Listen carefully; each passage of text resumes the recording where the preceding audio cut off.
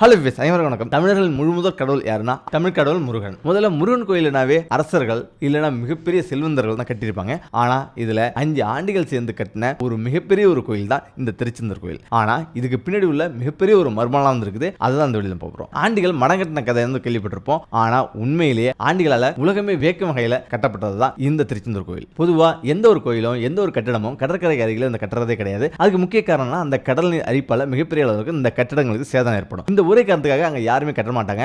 ஆனா திருச்செந்தூர் கோயிலுக்கு ஒருபடி மேலே போயிட்டு மிகப்பெரிய ஒரு அதிசயம் நடந்திருக்கு. அப்படியே அவங்க கட்டினாலும் கடல் மட்டத்துக்கு மேல வந்து மிகப்பெரிய அளவில் ஒரு மேடை வந்து அமைச்சு அந்த மேடைக்கு மேல தான் கட்ட ஆரம்பிப்பாங்க. அதனால எந்த ஒரு பாதிப்பும் அந்த கட்டடங்களுக்கு ஏற்படாது. ஆனா ஒருபடி மேலே போயிட்டு இது மிகப்பெரிய ஒரு மாற்றத்தை வந்து ஏற்படுத்திருக்கு. கடற்கரையிலிருந்து 67 மீட்டர் மட்டுமே வந்து தூரம் கொண்ட இந்த திருச்செந்தூர் கோயில்ல 133 அடி உயரம் உள்ள இந்த மிகப்பெரிய திருச்செந்தூர் கோயில வந்து கட்டிருக்காங்க. எல்லாத்தை விட பெரிய வியப்பு என்னன்னா இந்த கோயிலுடைய கருவறை இது தரைமட்டத்திலிருந்து 15 அடியும் கடல் மட்டத்திலிருந்து 10 அடியும் தாழ்வான இடத்துல கட்டப்பட்டிருக்கு. இந்த கோயிலை பத்தி தொல்காப்பியம், புறநானூறு, அகநானூறு போன்ற நூல்கள் வந்து குறிப்பிடப்பட்டிருக்கு. முக்கியமா இது இன்னைக்கு நேற்று வந்து உருவாக்கப்பட்டதில்லை. இது 3000 ஆண்டுகளுக்கு முன்னாடி உருவாக்கப்பட்ட ஒரு கோயில் தான் இந்த கோயில். இவ்வளவு ஆபத்தான இடத்தை எந்த ஒரு தயக்கமும் இல்லாம எந்த ஒரு பயமும் இல்லாம சிறப்பாக கட்டி முடிச்சிருக்காங்க நம்மளுடைய முன்னோர்கள். இந்த கட்டிடக்கலையை பார்த்து உலகமே வியந்திருக்கு. முக்கியம் பார்த்தீங்கன்னா ஆங்கிலேயர்ல இருந்து பல ஆராய்ச்சியாளர்கள் வந்து இந்த கட்டிடக்கலையை பார்த்து வியந்திருக்காங்க, அதிர்ச்சி அடைஞ்சிருக்காங்க. ஏன்னா கடல் மட்டத்துக்கு நேரா 10 அடிக்கு கீழே வந்து இந்த கருவறை இருக்கிறதால மிகப்பெரிய ஆபத்தை எதுவுமே உணராம இந்த அளவு கட்டி 3000 ஆண்டுகளுக்கு மேலாயும் செம்மஸ்தாங்க இருக்கு. தமிழகத்தில் உள்ள பெரும்பாலான கோயில்கள் மன்னர்களும் மிகப்பெரிய பணக்காரர்களும் மட்டும்தான் வந்து கட்டியிருப்பாங்க.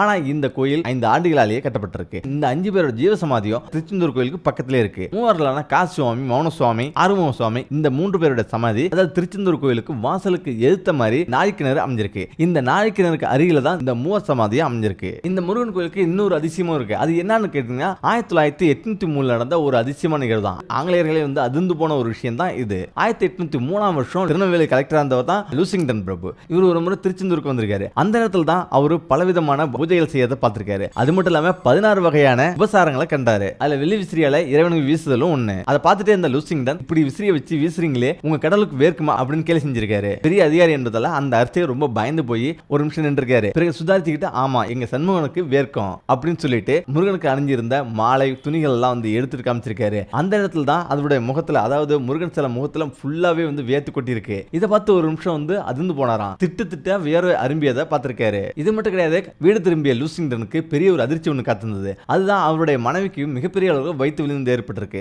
இதெல்லாம் அதிர்ச்சி அடைஞ்சவர் என்ன தெரியாம வந்து பயங்கரம் கஷ்டப்பட்டு இருக்காரு. அதாவது அவருக்கு சூழ நோய் ஏற்பட்டிருக்கு. அந்த காலத்துல அந்த நோய் வந்து அதுக்கு வந்து மருந்தே கிடையாது. அது வந்து மிகப்பெரிய ஒரு ஆபத்தா வந்து பார்க்கப்படுது. நெருப்பு கட்டிகளை விழுங்கின மாதிரி ஒரு பயங்கர ஒரு வலி வலிக்குமா. இதனால அதிர்ச்சி அடைஞ்சது தான் வந்து முருகன் வந்து கேலி செஞ்சால் தான் இந்த பிரச்சனை வந்தது அப்படின்றத அவர் வந்து உணர்றாரு. ஒன்றும் புரியாதவர் தன்னோட வேலை செஞ்சு அதாவது தனக்கு வேலை செஞ்ச ஒரு முருகன் பக்தனிடம் முருகப்பெருமானுடைய கோபத்தை தணிக்க என்ன செய்யறது அப்படின்னு கேட்டிருக்காரு. அதன்படி அவர் என்ன சொல்றாரு, தான் செஞ்சது தவறு தான், அதே போல தன்னுடைய மனைவியை காப்பாற்று அப்படின்னும் அப்படி செஞ்சா என்னுடைய சொந்த செலவிலேயே உன்னுடைய ஆலயத்துக்கு நான் ஏதாவது செய்யறேன் அப்படின்னு வேண்டிக்கிட்டாரு. வீடு திரும்பிய லூசிங்டன் பிரபு அதிசயத்து தான் போனாரு. ஏன்னு கேட்டீங்கன்னா அவனுடைய மனைவிக்கு சுத்தம் வயிற்று வலியும் இல்லையா, ஒரு நார்மலான நிலைக்கு வந்திருக்காங்க. அவர் வேண்டுதல்படியே அவர் என்ன நினைச்சாரோ அதே போலயே திருச்செந்தூர் முருகன் கோயிலுக்கு மிகப்பெரிய ஒரு வெள்ளி பாத்திரத்தை வாங்கி கொடுத்திருக்காரு. இந்த வெள்ளி பாத்திரம் இன்னைக்கு இருக்கு. 1803 வருஷம் கொடுத்ததா வந்து அதுல பொறிக்கப்பட்டிருக்கு. அது இப்போதும் பக்தர்களுக்கு வந்து பயன்படுத்தப்பட்டு வருது. ஓகே, நம்ம இந்த வீடியோ பிடிச்சிருக்கீங்க நினைக்கிறேன். மீண்டும் இதே போல வீடியோ சந்திப்போம். நன்றி, வணக்கம்.